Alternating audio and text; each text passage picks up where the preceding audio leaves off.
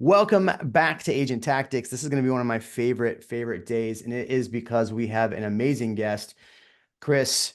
Chris, how do you say your last name? It's Caybia? Caybia. Yeah.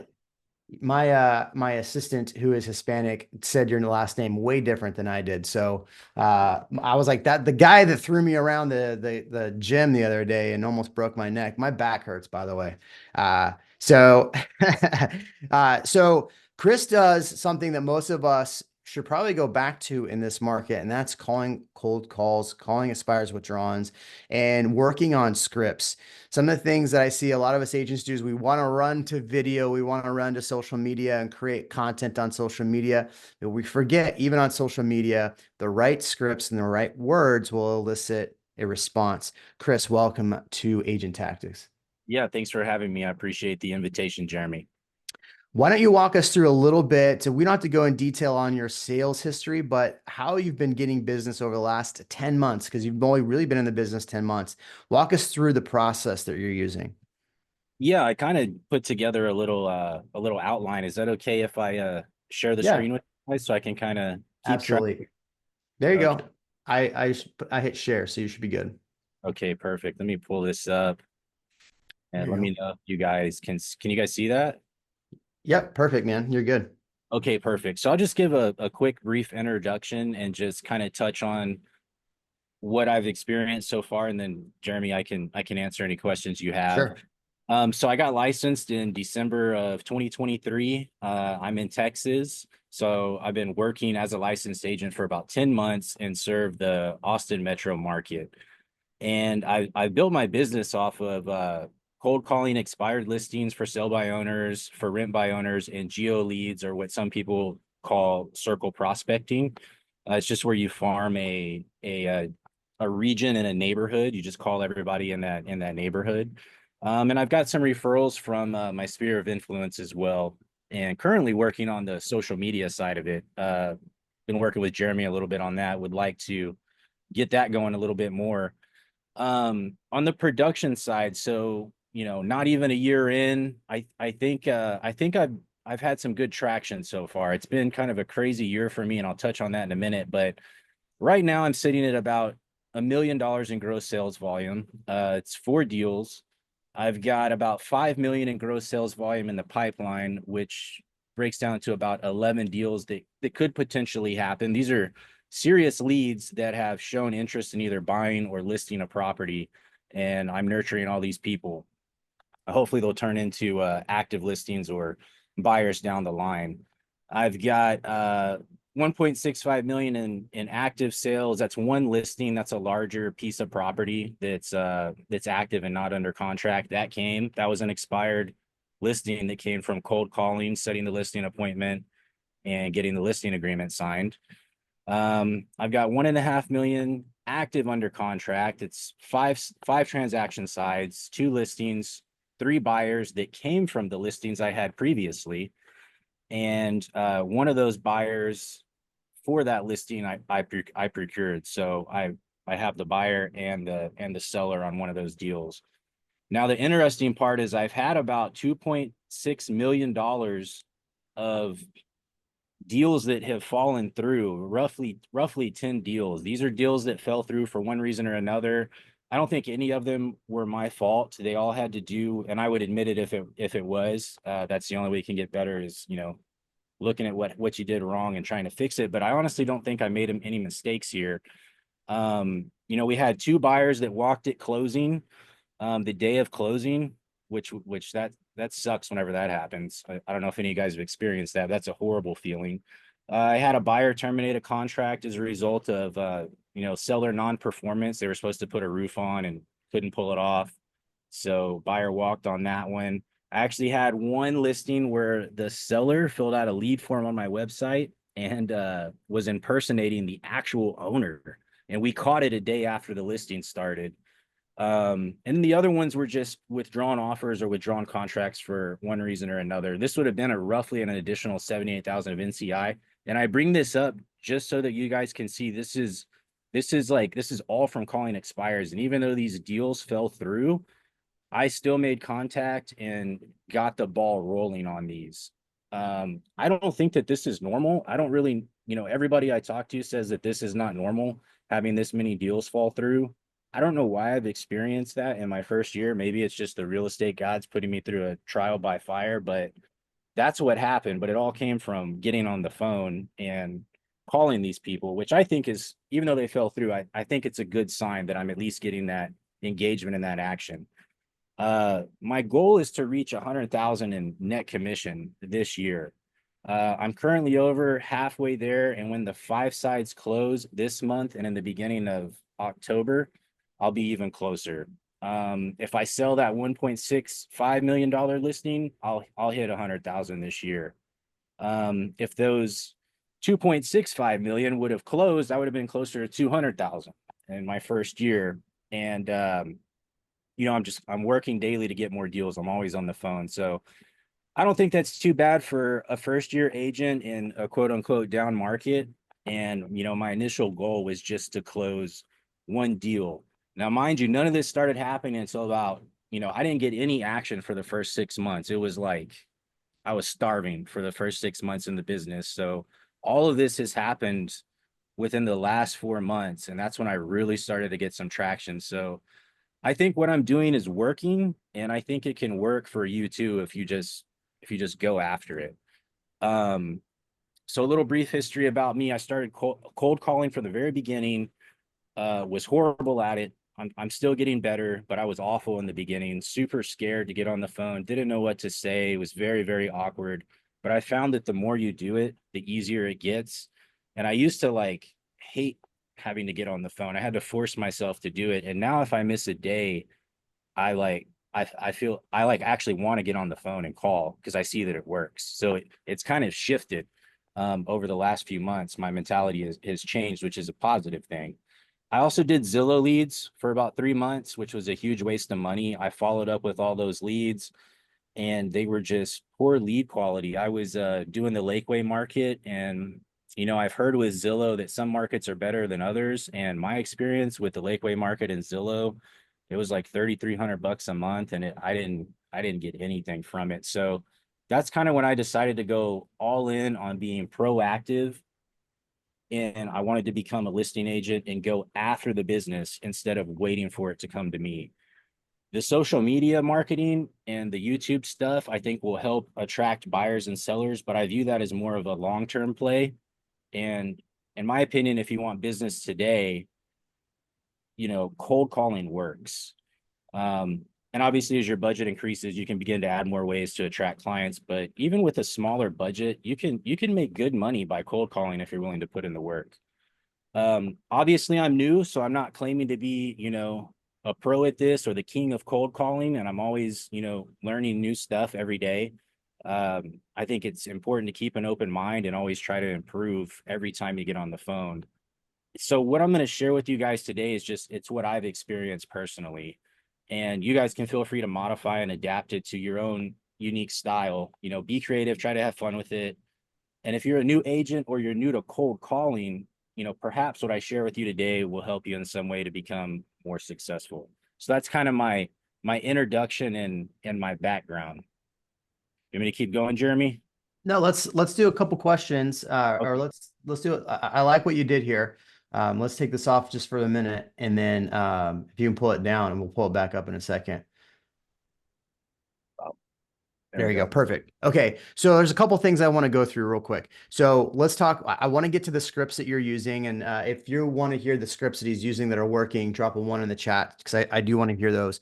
But let's talk about the failures. I love that you're open and honest enough because a lot of agents, when they come on podcasts and things like that, they're not honest about the business they do lose.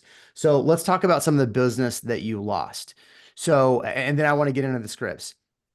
So you said something to me the other day that I thought was really, really important. A lot of these clients that you took on, explain what happened with some of these clients you took on and why you think they fell apart. Yeah, some of them so in the beginning I was just hungry for any business. So I was literally going after anything that I could get. And maybe that's good, maybe it's not, but where I'm at now, I've kind of changed my mentality because I don't want to work with everybody. And some of these properties maybe aren't the best listings to take. and they were either difficult sellers or they were unreasonable to work with the buyers. Just all kinds of different issues that came up. So, I think that's why part of the reason why I had so many fall through is the quality of the client was very low. I wasn't screening them hard enough. Just as much as the client screens me to decide if they want to book an appointment with me, I'm also doing the same thing to them. And if I don't want to work with them, I don't vibe with them, or I think it's going to be a waste of my time, I'm not afraid of just closing the door and moving on. I like that. I think a lot of us, and you learned the tough way, and this is why I thought you would be an amazing person to bring on here. Is a lot of us take on clients. I mean, I've been in the comment section, right? How long you've been in the business, right? I just want to hear and see where we're at. I've been in the business 11 years, and I can tell you there are times I am completely burned out. And why am I burned out? It's because I took a client that I shouldn't have worked with. Terry's been in the business 25 years. Terry, have you taken on clients that you were like, I should not have taken this client on? They have been a waste of time. I want to fire them. Um, She laughs. I worked with a client in California for 3 years that I don't know how either one of us is alive today because we wanted to kill each other and fired each other constantly.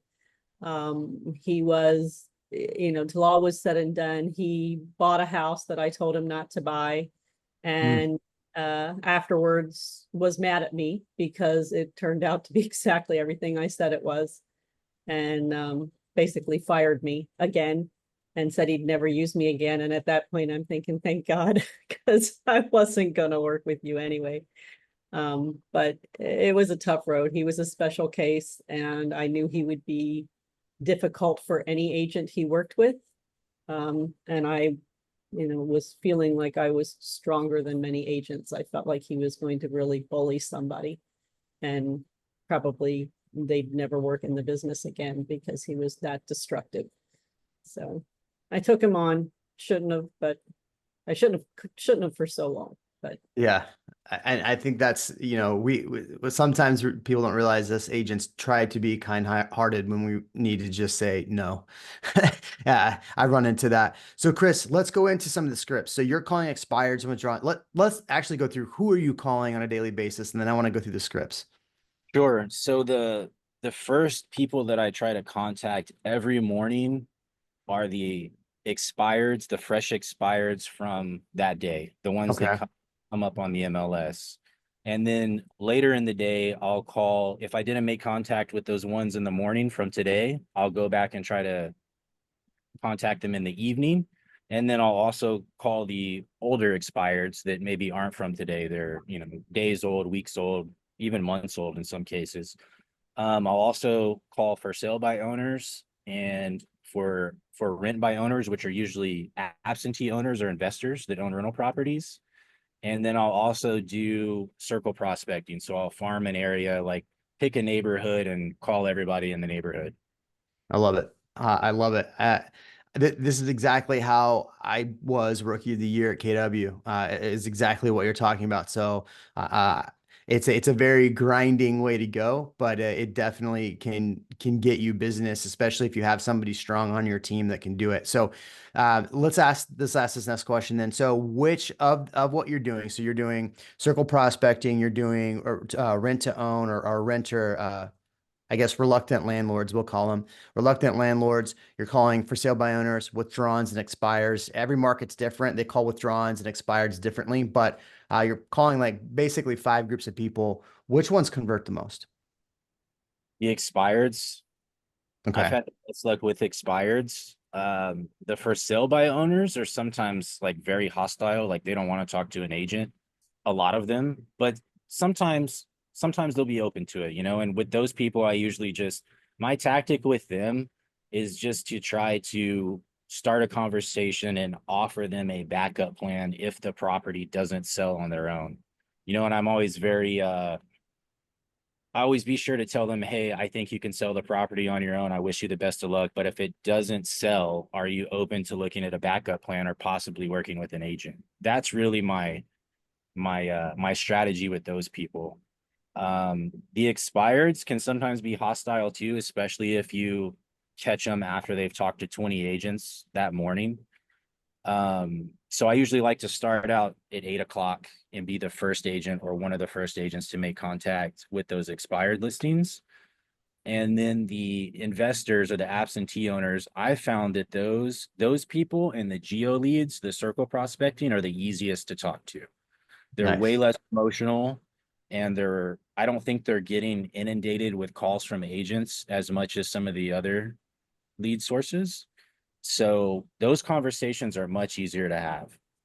So let's walk through. So which ones have converted the most so far? The expired listings. Okay. Are you calling withdrawals as well? I have not called withdrawals. The old broker I was with told me not to do that. She said they Oof. could technically have a listing agreement in place and that was not a good thing to do. But, I've heard conflicting information on that. So I've mainly just been focusing on the listings that have expired. I haven't really called too many withdrawals. So I can tell you from my experience, withdrawals were my highest converter. And typically why they were my highest converter, and they're probably called something different in every market. So withdrawals basically somebody that fired their agent and the home came off the market.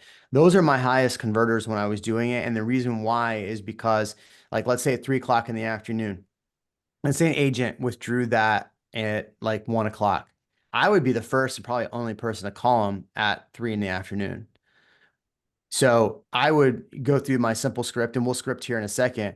I would just say, hey, Jeremy Knight, the Night Group. Hey, I noticed that your house on whatever street just came off the market. Just curious, wondering why you think it didn't sell. Oh, yeah. We fired our agent because then, oh, I'm sorry to hear that. So what was your experience with your agent? Oh, the experience was this, blah, blah, blah. Okay. Yeah, it's tough. So what was some of the feedback that you got on why are you talking to me? Well, I'm just curious because, I may have a buyer, may have others. And if you are going to be relisting this and you were upset with your agent, wouldn't it be a good idea to talk with somebody that actually has a good marketing plan? So I'm just curious if we might be a fit to work together. Well, I don't want to work with you. Amazing. Right. And so I'd go through the script. One of the biggest objection handlers I had for you're the 15th agent to call me, right? Is this in itself. And this is the best icebreaker you can ever use if you call is amazing. 15 is actually my favorite number. So let me ask you a question. Pretty Uh, smooth. yeah. And so I said that to somebody one time. That guy goes, stop, stop, stop, stop. That was the funniest crap I've ever heard. How soon can you get to my house? A lot of withdrawals in Vegas are seller agent using it as a relist refresh listing. Yeah, that's true. But technically, in order to pull it off the market, you do have to sign a termination. So every market's different, Julie. So if that doesn't work for you, call expires. Um, Emma says, are you going to share how to run YouTube ads today? YouTube ads was last week with Will Draper. I'll throw the link in the comment section. So let's talk about your expired script. Walk us through how that works. Yeah, let me pull that up so I can share it with you guys. So what I have here is so I'm using RedX. I don't know if you guys are familiar with RedX. There's several different, I guess, cold calling or skip tracing softwares out there. RedX was the one that I chose to try out, and they provide a script for every prospecting source. So this is straight out of RedX. This is their script for expireds. So it's basically how Jeremy, started the call with the withdrawn example. You add, hi, is Kelly available? And then you just tell them who you are. I'm calling about the property at 1234 Money Street. Do I have the property owner on the line? And then you just begin the conversation from there. I've noticed that the property was on market for a while, but hasn't sold. Is it now off the market? They'll usually answer and talk to you and give you some information. And what I found, that's the best way to get people to open up is just ask them questions and get them to talk. Because the more you can get them to talk, the more of a chance you're going to have to build rapport with them, and the more they're going to open up to you. Second question is exactly what Jeremy said. What do you think stopped your home from selling in the first place? They'll usually tell you. Was there anything that your former agent did that you liked? They'll usually tell you. Is there anything you feel that they should have done? Well, Kelly, it sounds to me like you still want to sell the property, right? When do you plan on interviewing the right agent for the next job of selling your home? If you sold this home, where would you go next? That basically kind of uncovers their motivation and, you know, what they're looking to do after they sell the property. And, you know, how soon do you have to be there? Kelly, if you could get your home sold at top dollar in the time frame you're comfortable with, is that something you would be excited about? Of course, everybody's going to say yes. And if I could help you make it happen, would that be okay with, that would be okay with you, right? And then you try to book the appointment. So that's the goal, is trying to get a listing appointment booked. You want to get the prospect to meet with you at the property, or even, you know, over Zoom if they're out of town. That's the main goal, is trying to get the listing appointment. It doesn't always happen on the first call. And if I can't book the listing appointment on the first call, I don't feel like they're gonna want to meet with me initially. I will try to provide them with something of value. So I'll ask them if they would be totally opposed to me sending them a seller report, which outlines all of the data in their market and what I believe the property could sell for today. And almost always they say yes. There's, you know, some people that aren't interested, but that's okay. They're making it easy on you. You know, you don't have to work with them if they're not motivated. Nobody's gonna sell if they're not motivated, has been my experience. But if they're still wanting to sell, and they're open to, you know, having their property relisted, then, you know, try to give them something that's going to, you know, help them warm up to you. And if you send that to them, then, you know, your next follow-up call can be, hey, I was just calling to see if you received the report that I sent. They'll usually say, yeah. And then you can try to book the listing appointment off of that. Well, when would be a good time to meet with you to discuss the data and my marketing plan so that we can get this property under contract and closed as quickly as possible? So that's kind of how the conversations go. They don't always follow this script. A lot of times they'll hit you with something out of left field and you kind of got to adapt, and you always want to try to bring them back to the script though, and just keep them talking. So go ahead, Jeremy. I was gonna say, so, you know, it's one thing to say, hey, this is what I do, here's the script I use. How often are you actually script practicing, and what does that look like? You know, to be totally honest, I probably should practice more. I've just been so busy with everything that I've had going on inside the business. I just haven't found the time. So I'm kind of just practicing in live time when I get on the phone. I know RedX has they have like a role play deal where you can actually call in to the company and you guys can role play with somebody there at the company. Which is, you know, something I'd like to take advantage of. But to be honest with you, I just haven't had the time to practice on my own. It's usually just, I mean, I'm cold calling like 3 to 5 hours a day. So I feel like I'm getting pretty good practice doing that live on the phone with real people. I'm just curious, anybody in the chat, would you be open? Yeah, Terry says you can role play with ChatGPT. I think that's great. I'm just curious, would anybody in the chat, if Chris were to put a like weekly like script practice, like half an hour, everybody just jumped on, everybody script practice, would anybody be open to that? I totally just put you on the spot, Chris. So if you would be open to script practicing with Chris, we may be able to get him to set up a weekly script practice call.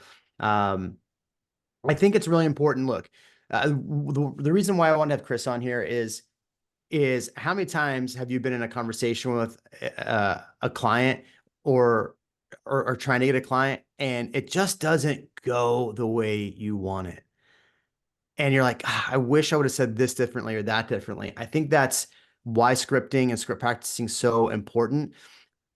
You know, if I script practice, if we were to go do a live expired uh, 1-for-1 right now, Chris, where I was you, and we went back and forth, I'd probably be able to convert you just as well as you'd be able to convert me.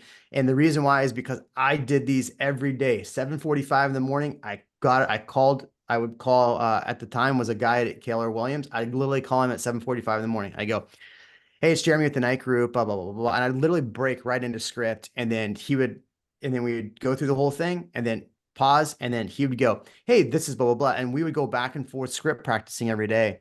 And so all these scripts are ingrained in my brain. And so that's why I think it's so important to do this.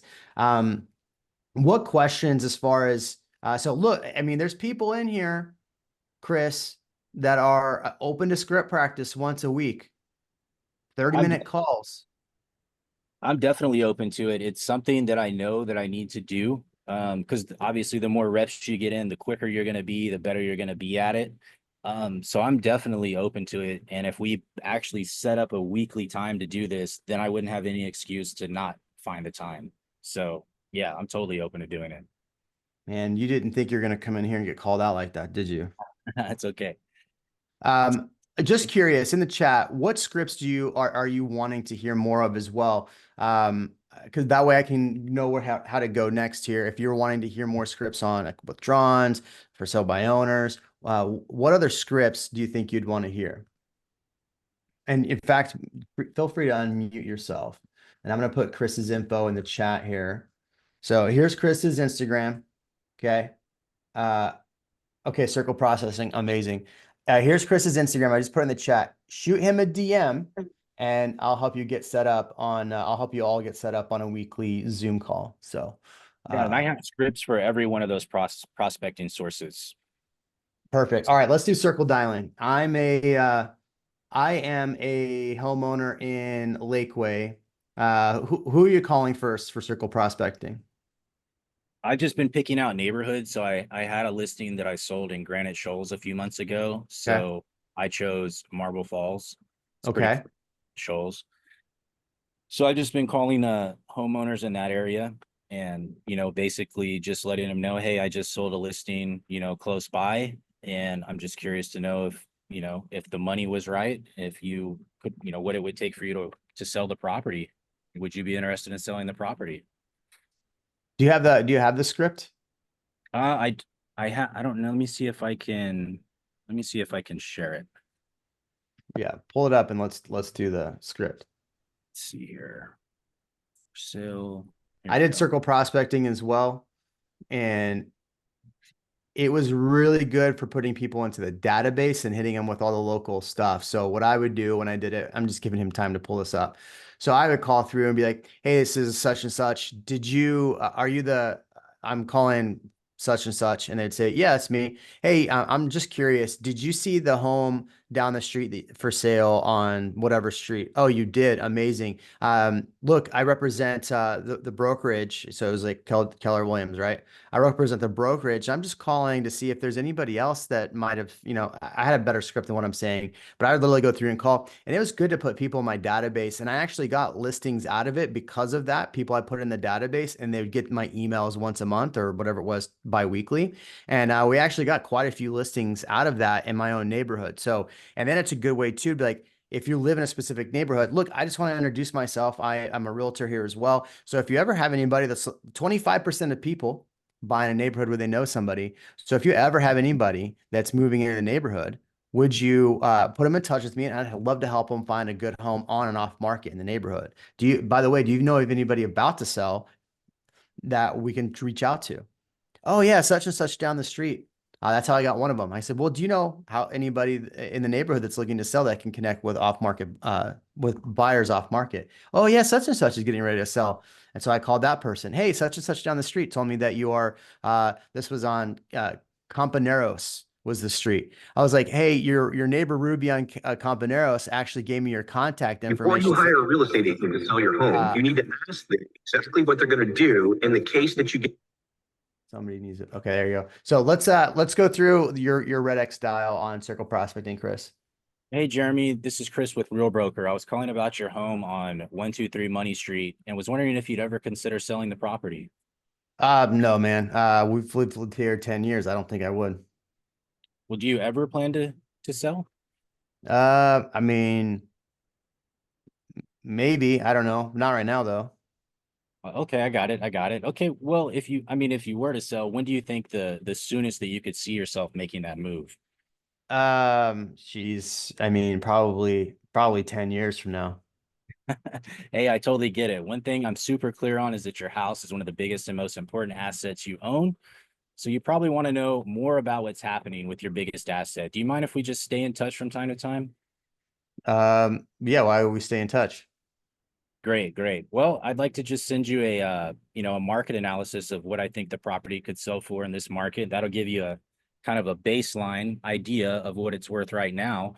And, as the market adjusts, I can continue to adjust that market report and send that over to you. And if, that number gets big enough, maybe we can pull the trigger on it. What's the best email to send that information to? Oh yeah, I mean it's Jeremy@austinitehomes.com. Perfect. Perfect. So from there, Jeremy, I would just talk to them about the specifics of the house and, find out what their mortgage payoff is, if they're willing to divulge that information to me, and just kind of keep the conversation going and try to build some rapport there. Yeah, that's a good one. I mean, there's a lot of really good ones like that too. I mean, I mean, if you want to get people to your open house, it's a good way to get people to your open house too. Like doing a market update, like calling the neighbors, like, hey, I'd love to put you on my market update because I send this out to the neighbors, and then ask, hey, by chance, do you know anybody else looking to sell right now? Or Yeah. anybody we can help looking to buy. We always want to help clients off market. Yeah, that's another question that I'll usually ask them if, they don't seem like they're hot right now to do anything. I'll just ask them, tell them what sold recently and see if they know of anybody that, is looking to buy or sell. Awesome. Do you have another script for circle prospecting? Um, this is the this is the one that I have is this one here. Okay. And that's the one you're calling with right now? Yeah, yeah, this is the one. There's a couple different examples. So they have like if you want to do like just listed, so you can get people to the open house like you were talking about. The just sold, which was kind of what I was referring to with that one in Granite Shoals that I sold. Okay. Um, Let's do the just sold one. okay, perfect.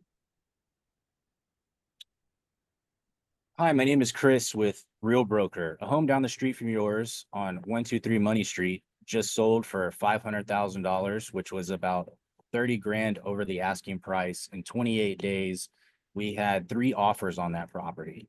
I'm calling because Wow. there's qualified buyers looking for a home in this area and they're having trouble finding one. Have any neighbors talked to you about selling?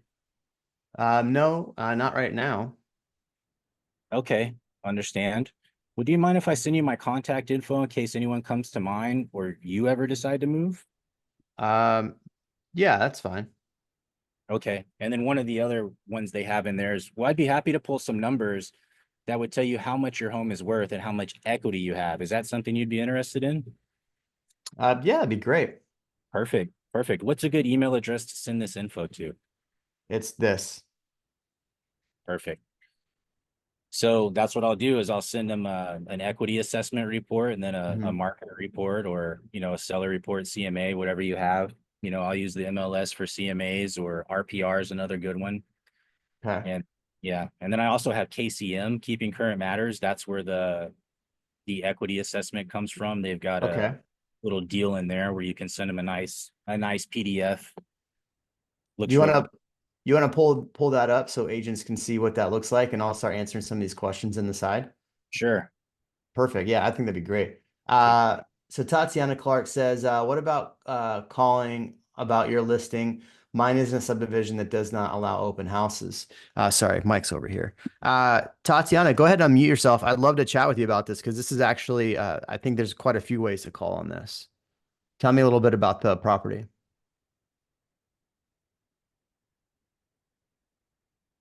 She's still on Sorry, here. guys, was trying to find the button. No Yeah, worries. so my listing is really the most affordable listing in this really, really nice subdivision with absolutely most beautiful amenities. So I've done the YouTube video. I've done as much as I can, just highlighting the community itself, but it's only 2-bedroom unit. And the prices range in this community for 430 to like 1.7, 1.8 million. So I really want to try to take advantage of that to promote it as much as I'm able to. And I realize it could be a downsized type scenario, but like, what script can I call with? And do I call everybody within any price range in that community, would you think? like maybe hit them up like, hey, you know, I've got this amazing opportunity, which is the most affordable way to get into this amazing, vibrant community. Do you happen to have anybody, family members, friends that might be considering moving here or something like that? Is that how you would try to do it with? Yeah. So look, so a couple ways you could do this. Right. You're not allowed to do open houses, but you can do private showings, right? I can. Yeah. Okay. So I would go, I would say, hey, this is so this is just what I'm saying. Hey, this is Jeremy with the Night Group. Hey, I'm calling. Did you see the house on the market that we have listed on Name Street, right? Awesome. Well, hey, look, I'm calling on behalf of the sellers because they wanted me to reach out to everyone in the neighborhood to make sure they got all of the information on the property. Did you have any questions maybe about that property? Get them going a little bit, right? Get them talking to you. Okay. Right, Okay. right. Awesome. Oh, so you've seen it. What do you think about the price on it?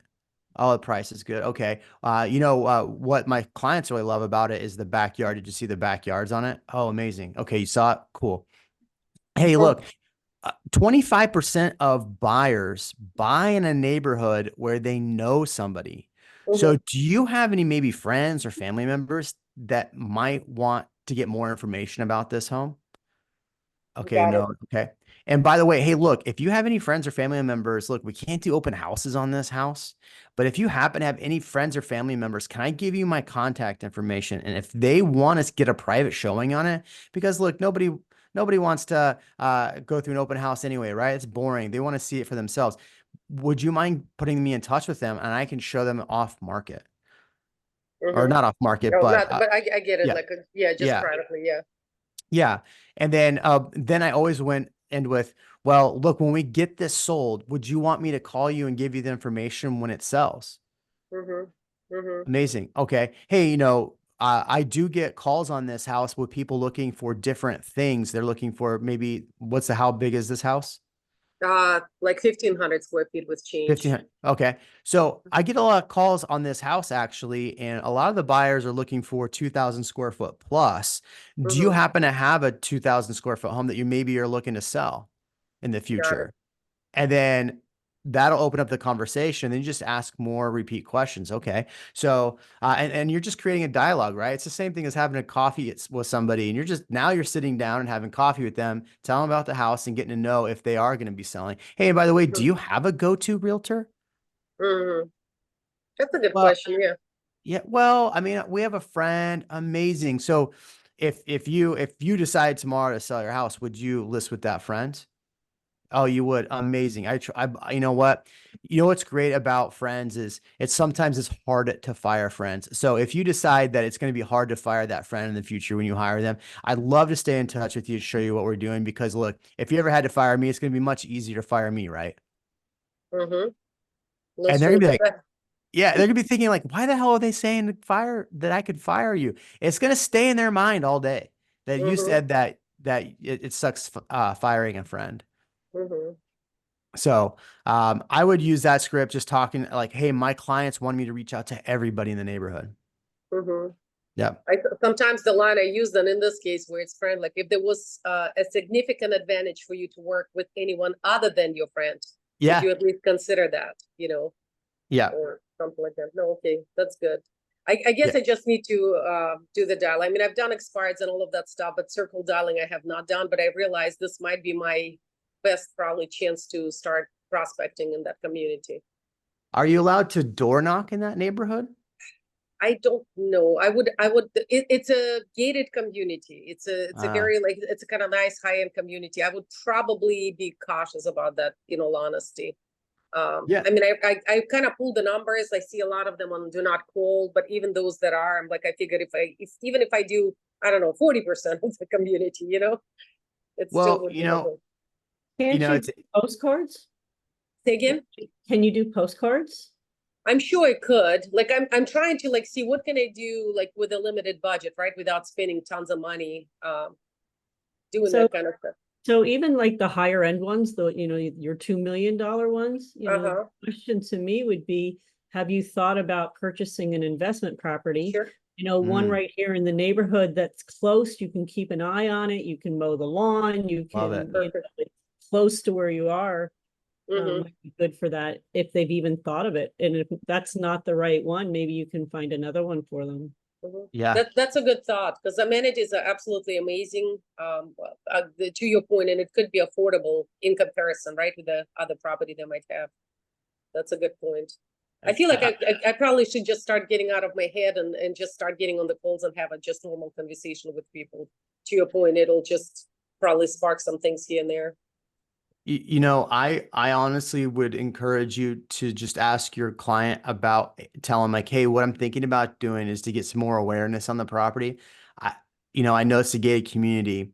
Can you just shoot a community post that I'm going to be walking around the neighborhood, door knocking, just handing out information on the property? Would you mind just posting that in the community page? And then I would door knock. And I would go through and door knock everybody, because then people are gonna be like, oh yeah, you're the realtor that our friend said that is gonna, or down the street said.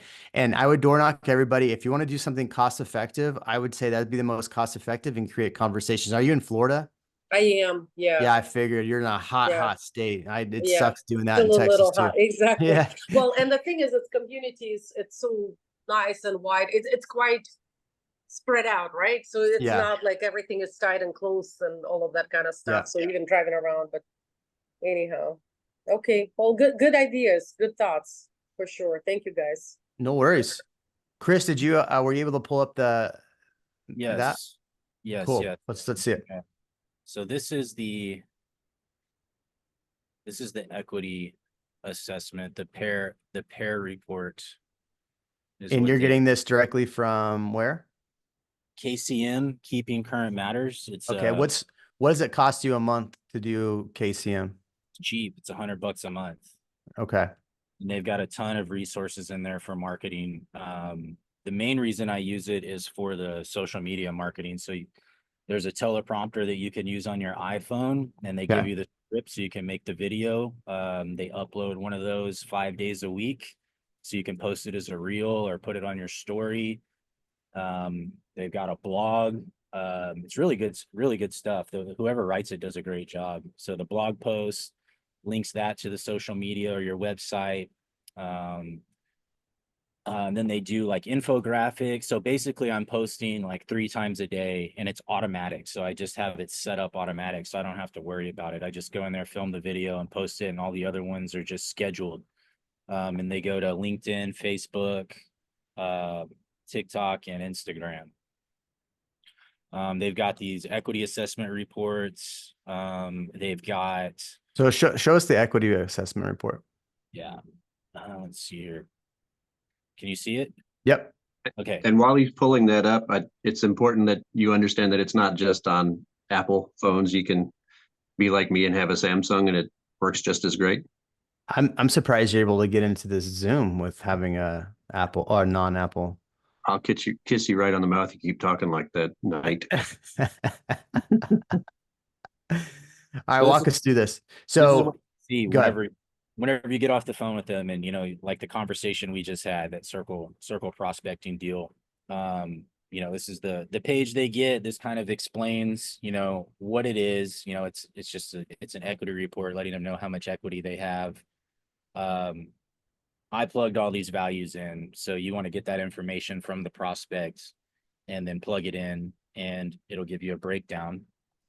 And then there's a call to action at the end. So it real simple on that one. But they've also got a couple of different scripts that you can use to follow up with. I don't know if you guys are interested in seeing that, but they've got, where's it at?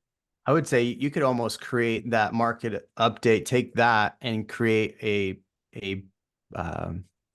Canva file where all you got to do is do exactly what you just did. Put my name in there, the address, what you think the house is worth. And then you could even probably screenshot some comps and throw that in there. Well, depends on the state. So this is a non-disclosure state. So you got to be careful about just sending people comps. Rebecca says HomeBot is good for equity reports, $25 a month. You need a partner with a lender. Okay. She says she has KCM and it didn't know pair is an add-on. Yeah. And so this is the follow-up script they have whenever you're on the phone with them. Just when you're on your follow-up call, you can just call them up and use this script if you don't know what to say, and try to book the appointment.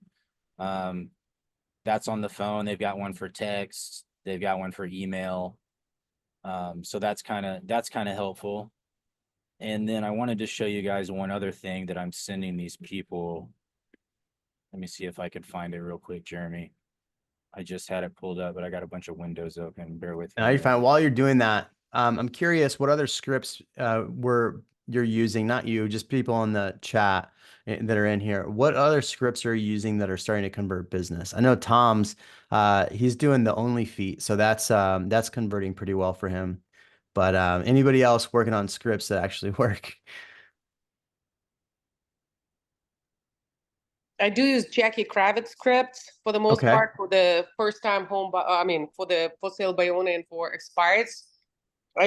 It works for me because it's not as aggressive. It kind of feels like you're siding with them.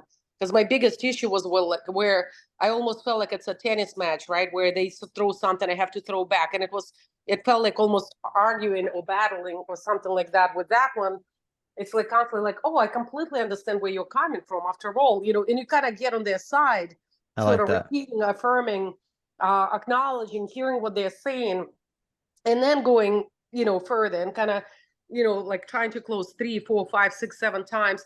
So I got successful to scheduling appointments with the first, for sale by owners, but I'm not all that skilled yet at converting them. Let's put it this way. You know what I mean?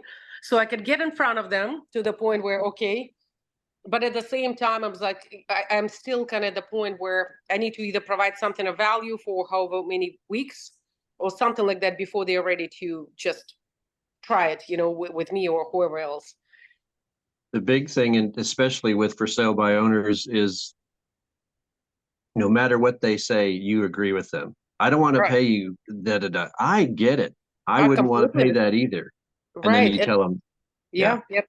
No, I that I get, right. So like, and at the same time, like, I use the lines like, is in the past you would say, saving the commission the primary reason why you chose to sell it on your own. Yeah, but I'm willing to pay buyer's agent. Like in the past, they would say like, oh, okay, completely understand. So is it the listing side that you're really trying to save? Okay, yeah. So what if I were to show you, how you could net the most amount of money possible, even by us working together? Is that something that would be worthwhile for you to look at? Something along those lines. It's like, well, I can't see how you possibly can net me more money. Like I would have to increase the price. Well, I completely understand how you might want to, think that. But what if I were to show you exactly how we can achieve that for me to net you most amount of money possible? Why don't we meet for 20 minutes and I'll show you, and things like that. So I can get in front of people, but I'm still not there in terms of really convincing them and converting them. And I'm not telling them that I could, saying to them that I could sell it for that price that they're listing, because obviously many times they're way overpriced. But we are saying for the most amount of money possible for what market obviously is willing to pay. when So I you don't know. agree with Say when you again? agree with them and you say, yeah, I understand that completely, but am I understanding you correctly that you're willing to pay an agent a cooperating commission, a commission, and you're paying somebody who's a professional negotiator? Right. Yeah, and so then they start to go, what do you mean? Well, Mm-hmm. yeah, they know what they're talking about, and you don't, but you don't say it that way. Mm-hmm. But if, for those of you who do for sale by owners, do you guys find that it might take you weeks to convert them, or any of you are successful in going there and right on the spot, like signing something? Yep. Those have been the ones that are the hardest to convert in my experience. Even getting them willing to hear you out on the phone or to book an Uh-huh. appointment. But if you can Got it. somehow, get their information, if you can extract that from them, an email address, Mm-hmm. any email address I get goes into my CRM, and then that enters them into a drip campaign, depending on what lead source it was. So there's a different one for sell by owners. There's a different one for expireds, and Uh-huh. they're just touch points that just hit them, once a month or Do you, whatever it's set up for. do you get some sort of permission first from them that you'll send them something, or you just do it? Yeah, no, I ask them for for their information, for their email address, Ah, okay. try to send them something of value. Uh-huh. Whether it's a market report or, Right. whatever I think that they're going to be open to, and then I'll put them in there and just slowly keep nurturing, and then maybe follow up a month or two down the road and call them and see where they're at, especially if the home hasn't sold. Once Right. it's on the market for a little while and they don't have any action, or they've had a bad experience with getting hit up by wholesalers and subject to people, and Mm-hmm. all of that stuff that happens with for sale by owners. Sometimes they're a little more open to talking with you after they've kind of been humbled and come back down to reality. Yeah. I mean, some I did find that after I circled back with some people a couple of times, like, the first conversation could go very almost like not negative, but like to the point they don't want to talk much about it, right? Like a week later, I called them back. They kind of tend to speak a little bit more calmly, a little bit more like, okay, or whatever. And so I tend to get a little bit more information, but I still feel a lot of resistance. Like, no, I don't see the value. And obviously, the only way you could show the value is get in front of them and possibly show them something. It's just sort Yeah. of convincing them because they feel like, they have the stigma about real estate people as like they all, the same. I'm like, well, it's too bad they have this feeling. It's not Yeah. exactly like that, but. Yeah, they might have had a bad experience with a bad agent, or, Mm-hmm. who knows, but touching back on, some of those clients, maybe, if they're being extremely hostile and they're just not receptive to what you're offering, I mean, in some instances, it might just be best to pass them up. Mm-hmm. It gets to a point where it's like, man, I really don't want to work with this person anyway. If I did get the listing, they're going to be a pain.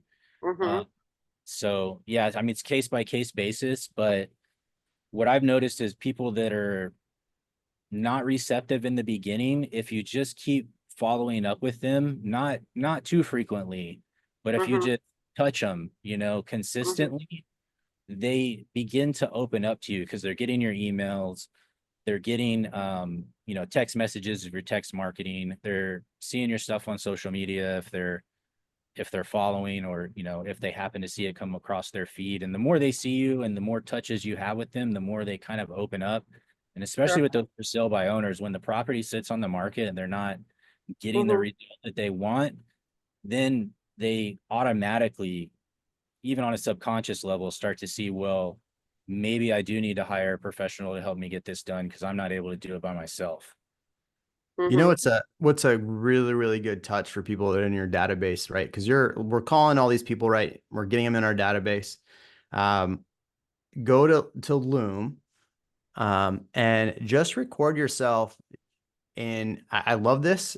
It works. It works very well.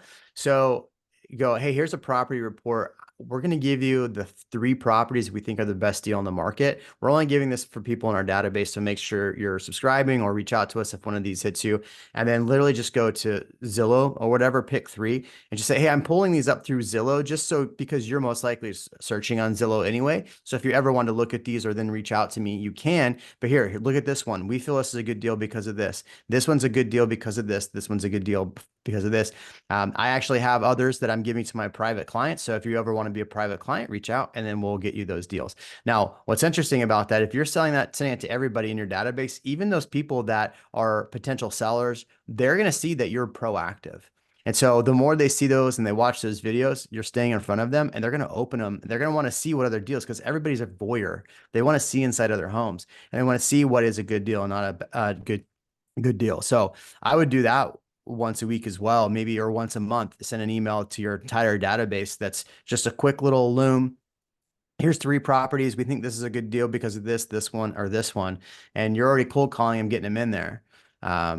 Or create another video that's to all those people that are in your database, right? So I would do one like a market update through Loom, and just go, hey, here's a quick market update on Lakeway. I'm only sending this to people in my database. I've got a couple properties in here. I think they're a good deal. So if you are somebody looking to invest or buy, reach out to me. But here's a market update. This many sold, this many sold, this many sold, and then do a segment like that as well.